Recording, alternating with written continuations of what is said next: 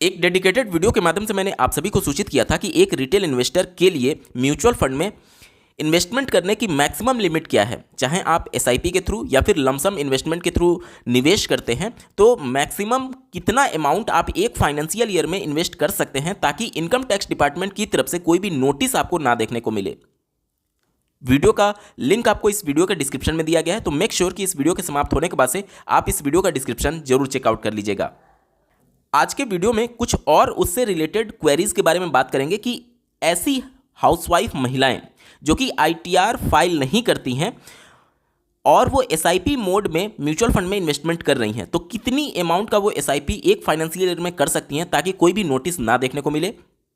As a individual जब भी आप म्यूचुअल फंड में इन्वेस्ट करते हैं तो आप चाहते हैं कि हमारा जो टैक्स लायबिलिटी है वो बट जाए, और इसके लिए सबसे अच्छा तरीका ये होता है कि आप अपने स्पाउज यानी अपने जीवन साथी के नाम से भी कुछ पैसे म्यूचुअल फंड में इन्वेस्ट करें।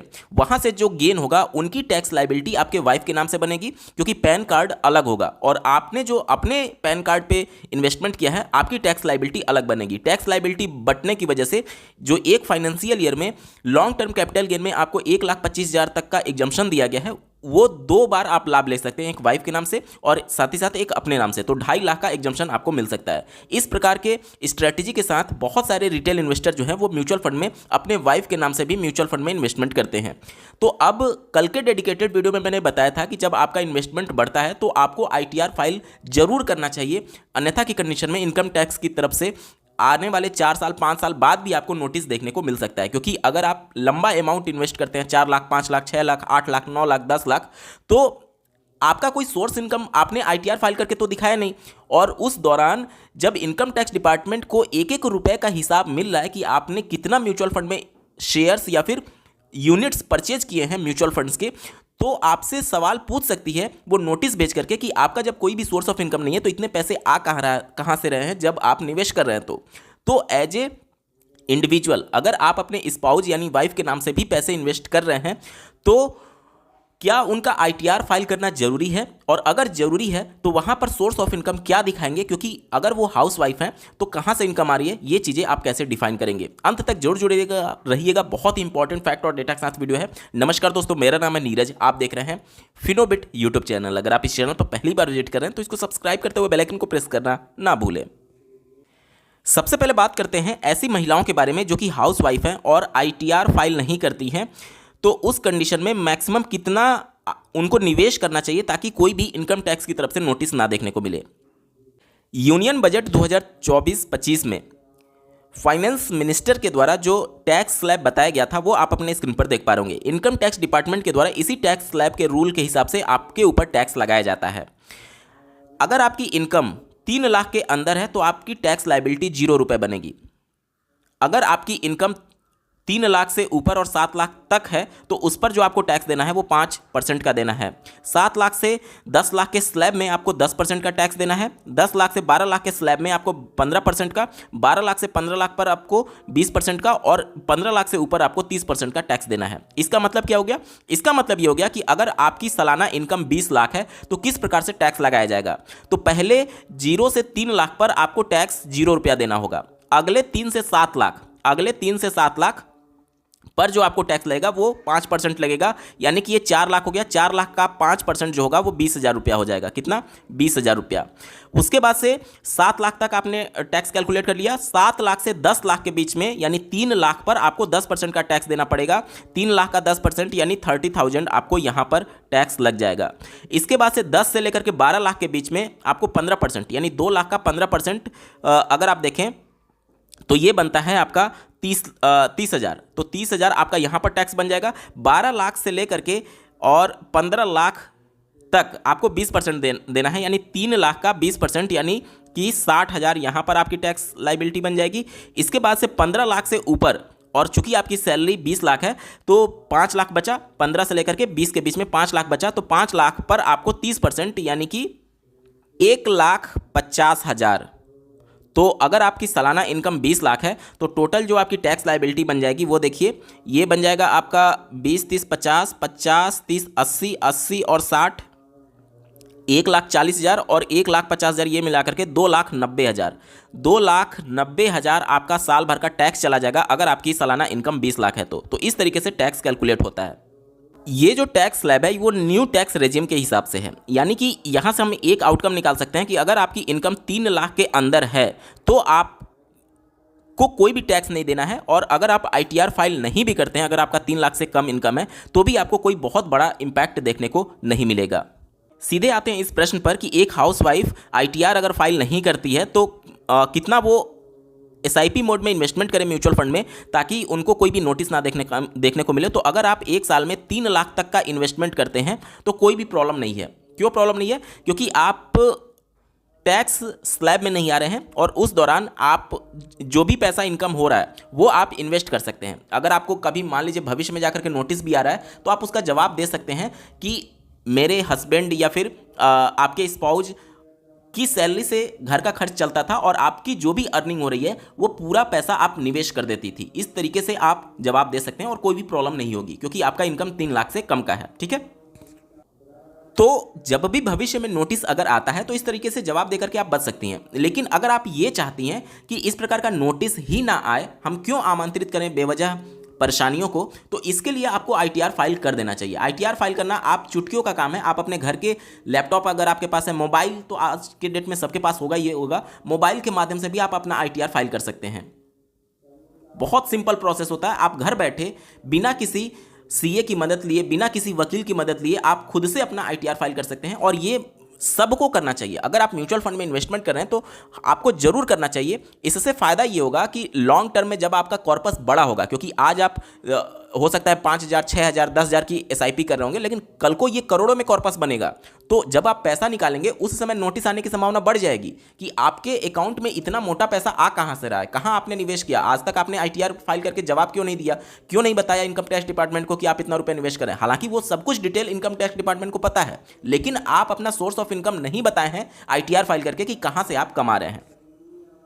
अब यहीं से दूसरा प्रश्न शुरू होता है कि जब एज ए हाउस वाइफ अगर स्पाउस का यानी वाइफ का कोई भी बिजनेस नहीं है तो उस कंडीशन में हम उनका सोर्स ऑफ इनकम क्या दिखा सकते हैं आईटीआर फाइल करने में। देखिए, जब भी आप अपना आईटीआर फाइल करते हैं तो आईटीआर 4 प्रकार के होते हैं।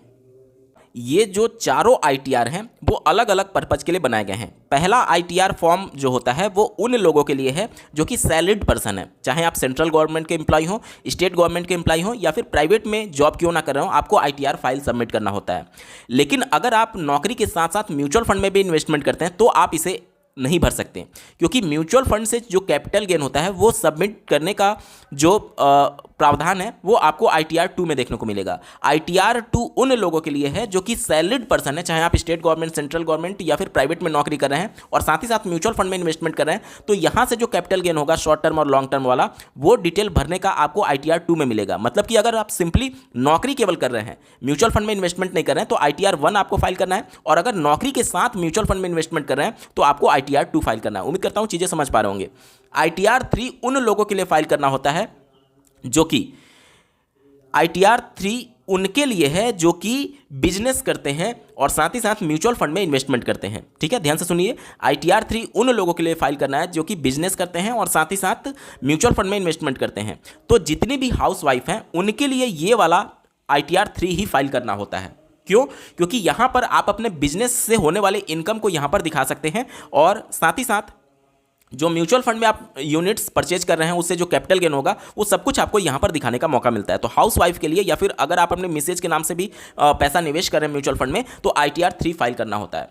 आईटीआर 4 उन लोगों के लिए फाइल करना होता है जो कि इन तीनों कैटेगरी में नहीं आ रहे हैं या फिर इसके अलावा भी कोई सोर्स ऑफ इनकम है। जैसे मान लीजिए आपका रेंट पर आपने घर दिया हुआ है, वहां से आपको इनकम हो रहा है, इसके अलावा अन्य सोर्सेस ऑफ इनकम है, तो उन सब के लिए आईटीआर 4 होता है। ठीक है, हालांकि ये बिजनेस के लिए भी होता है और अगर आप बिजनेस के साथ साथ सैलरीड भी हैं और भी कई चीज़ें करते हैं तो उनके लिए आईटीआर 4 होता है। लेकिन इसमें आप म्यूचुअल फंड का एक तरीके से डिटेल नहीं शो कर पाएंगे। तो बिजनेस प्लस म्यूचुअल फंड में इन्वेस्टमेंट तो आईटीआर 3, नौकरी प्लस म्यूचुअल फंड में इन्वेस्टमेंट तो आईटीआर 2। उम्मीद करता हूँ चीज़ें समझ पा रहे होंगे।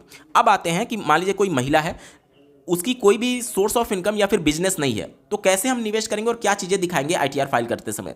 देखिए आईटीआर जब आप फाइल करते हैं तो वहाँ पर आप बिजनेस वाला ही दिखाएंगे, लेकिन बिजनेस में आपसे ये नहीं पूछा जाएगा आईटीआर फाइल करते समय कि आप कौन सा बिजनेस करते हैं। अब मान लीजिए कि कोई महिला है, वो घर में मान लीजिए कि लेडीज़ गारमेंट्स की सिलाई करती है, तो अगर आज के डेट में देखा जाए तो अगर आप 1-2 गारमेंट भी सी लेते हैं तो 500 रुपये आप महीने का मतलब एक दिन का कमा सकते हैं, ठीक है। तो 500 गुणे 30 अगर आप कर देते हैं तो 15,000 तो ये अमाउंट हो जाता है। तो इस तरीके से 15,000 और गुणे 12 से मल्टीप्लाई कर देते हैं, यानी एक साल का 1,80,000 आपका टोटल इनकम हो गया। अब ये जो 1,80,000 है, चूंकि 3 लाख के अंडर में है, यानी कि आपकी टैक्स लाइबिलिटी नहीं बनेगी, तो टैक्स आपको तो 1 रुपया नहीं देना है, लेकिन ये 1,80,000 का पूरा पैसा उठा करके आप म्यूचुअल फंड में डाल सकते हैं। आपको कभी भी अगर इस प्रकार का नोटिस नहीं आएगा कि आपने इतना पूरा का पूरा पैसा इनकम टैक्स मतलब कि म्यूचुअल फंड में क्यों निवेश कर दिया, क्योंकि चूंकि ये हाउस वाइफ है, उनके जो हस्बैंड है वो भी कहीं ना कहीं जॉब कर रहे होंगे और उनकी सैलरी से घर का खर्च चल रहा है। इस तरीके से आप इसको डिफाइन कर सकते हैं। कभी भी आपसे सवाल नहीं पूछा जाएगा। क्यों नहीं पूछा जाएगा? क्योंकि आपने आईटीआर फाइल कर दिया और आईटीआर फाइल करके आप बता रहे हैं कि मेरी इनकम 1,80,000 है और वो पूरा का पूरा पैसा मैं म्यूचुअल फंड में निवेश कर रहा हूं, ठीक है। इस तरीके से कोई भी आपको दिक्कत नहीं होने वाली है। कहने का मतलब यह है कि आपकी जितनी सैलरी है वो पूरा का पूरा सैलरी भी उठा करके आप म्यूचुअल फंड में डाल देते हैं तो भी आपको इनकम टैक्स का नोटिस नहीं आएगा, बशर्ते ये कि आप आईटीआर फाइल कर दीजिए। और आईटीआर फाइल करना चुटकियों का काम है। एक खुद के लैपटॉप, मोबाइल, टैबलेट से आप इसको घर बैठे आईटीआर फाइल कर सकते हैं। अगले फाइनेंशियल ईयर में जब भी आईटीआर फाइल करना होगा, मैं आपको लाइव प्रूफ के माध्यम से सब कुछ प्रैक्टिकल करके दिखाऊंगा, ठीक है। वैसे अगर आप इस वीडियो का डिस्क्रिप्शन चेकआउट करेंगे तो एक डेडिकेटेड प्लेलिस्ट का लिंक मिलेगा, जिसमें आईटीआर के लिए किस तरीके से रजिस्ट्रेशन करते हैं इनकम टैक्स डिपार्टमेंट के वेबसाइट पर, वो सारी चीज़ें मैंने बता रखी हैं, ठीक है। तो हाउसवाइफ या फिर जिनकी भी स्पाउस है, जिसके नाम से अगर आप म्यूचुअल फंड में इन्वेस्टमेंट करते हैं, तो वहाँ पर आप ITR 3 फाइल करिएगा। वहाँ पर बिजनेस प्लस म्यूचुअल फंड वाला ऑप्शन देखने को मिलता है और वहाँ पर आप ये समझ लीजिए कि बिजनेस में आपसे नाम नहीं पूछा जाएगा। बिजनेस में 2 तरीके के पेमेंट होते हैं, या तो आप ऑनलाइन लेंगे या तो ऑफलाइन लेंगे। तो अगर आप अपना पेमेंट ऑनलाइन लेते हैं तो उस कंडीशन में मान लीजिए कि आपने ये दिखा दिया कि बिजनेस से मेरा साल भर में 5 लाख का अर्निंग हुआ, तो 5 लाख का कम से कम 8% आपको अपना टोटल अर्निंग दिखाना होगा। जैसे ये तो आपने टोटल कमाया ना साल भर में, आप बिजनेस करेंगे तो कुछ ना कुछ खर्चा भी होगा। जैसे मान लीजिए आपने एम्प्लॉय रखा हुआ है, आपने मान लीजिए कि कुछ इंफ्रास्ट्रक्चर ले रखा है जैसे रेंट पर, उसका कुछ आपको पेमेंट करना होगा। मान लीजिए कि कुछ मशीनरी आपने लगा रखी है उसके रख रखाव के लिए, तो वो सारी जो एक्सपेंसेज हैं वो घट जाती हैं। मतलब कि ये जो 5 लाख टोटल आपका अर्निंग हुआ, इसमें से कुछ खर्चे आपके होंगे। मान लीजिए 2 लाख का आपका साल भर का खर्च हो गया, तो 2 लाख निकाल करके टोटल नेट अर्निंग जो होगी वो आपकी 3 लाख हो जाएगी। उम्मीद करता हूं चीजें समझ पा रहे होंगे। तो जब भी आप अगर बिजनेस दिखा रहे हैं और बिजनेस में आपसे पूछा जाएगा कि आप ऑनलाइन पेमेंट लेते हैं या फिर ऑफलाइन लेते हैं, तो अगर आप ऑफलाइन वाला सेलेक्ट करते हैं तो ऑफलाइन के कंडीशन में आपको टोटल जितना भी आप अर्निंग दिखाएंगे उसका मिनिमम 8% शो करना होता है। और अगर आप ऑनलाइन दिखाएंगे तो जितना भी टोटल अर्निंग होगा उसका मिनिमम 6% आपको शो करना होता है, कि मतलब इतना मेरा नेट प्रॉफिट है। और जब भी आपकी टैक्स लगेगी तो वो नेट प्रॉफिट पर ही लगता है। अगर आप मान लीजिए कि 15 लाख आपने दिखा दिया कि मेरी इनकम है, लेकिन उसमें से खर्चे आपने मान लीजिए 10 लाख दिखा दिए, तो अब नेट इनकम जो आपकी मानी जाएगी वो 5 लाख ही केवल मानी जाएगी। उम्मीद करता हूँ चीज़ें आप समझ पा रहे होंगे, ठीक है। तो इस तरीके से हाउस वाइफ और जो भी अपनी वाइफ के नाम से पैसे निवेश करते हैं वो ITR 3 फाइल करेंगे। उसमें आप दिखा सकते हैं कि मैं ऑफलाइन मोड में पैसे ले रहा हूं, तो बैंक से रिलेटेड कोई भी आपकी वो चीज़ें वाली प्रॉब्लम नहीं होगी, क्योंकि ऑफलाइन पैसा ले रहे हैं तो उस कंडीशन में बैंक में कोई भी ट्रांजैक्शन दिखाने की जरूरत नहीं पड़ेगी। और अगर ऑनलाइन भी ले रहे हैं तो भी ट्रांजैक्शन दिखाने की जरूरत नहीं पड़ती है, कोई ट्रांजैक्शन दिखाने की जरूरत नहीं पड़ती है। फिर भी आपकी सहूलियत के लिए कि आपको कोई मानसिक टेंशन ना हो, इस वजह से मैं बता रहा हूँ कि अगर आप 3 लाख रुपया दिखा दे रहे हैं कि मेरी साल भर की इनकम है, तो टैक्स लायबिलिटी तो वैसे भी 0 है। और उसमें आप दिखा दीजिएगा कि मैं ऑफलाइन पैसा लेता हूं, तो इसका 6% आप मिनिमम दिखा सकते हैं, मैक्सिमम तो आप पूरा का पूरा दिखा सकते हैं कि 3 लाख का 3 लाख मेरा नेट प्रॉफिट है, ठीक है। तो इस तरीके से करके आप चीज़ों को कर सकते हैं। उम्मीद करता हूं आपके सारे डाउट्स क्लियर हो चुके होंगे। बावजूद इसके अगर आपका कोई प्रश्न रह जाता है तो कमेंट के माध्यम से पूछ सकते हैं। आपको ये वीडियो कैसा लगा कमेंट के माध्यम से जरूर बताइएगा और ऐसे ही महत्वपूर्ण अपडेट के लिए चैनल को सब्सक्राइब करना ना भूलें। इस वीडियो को देखने के लिए आपका बहुत बहुत धन्यवाद। भगवान करे आपका दिन शुभ हो।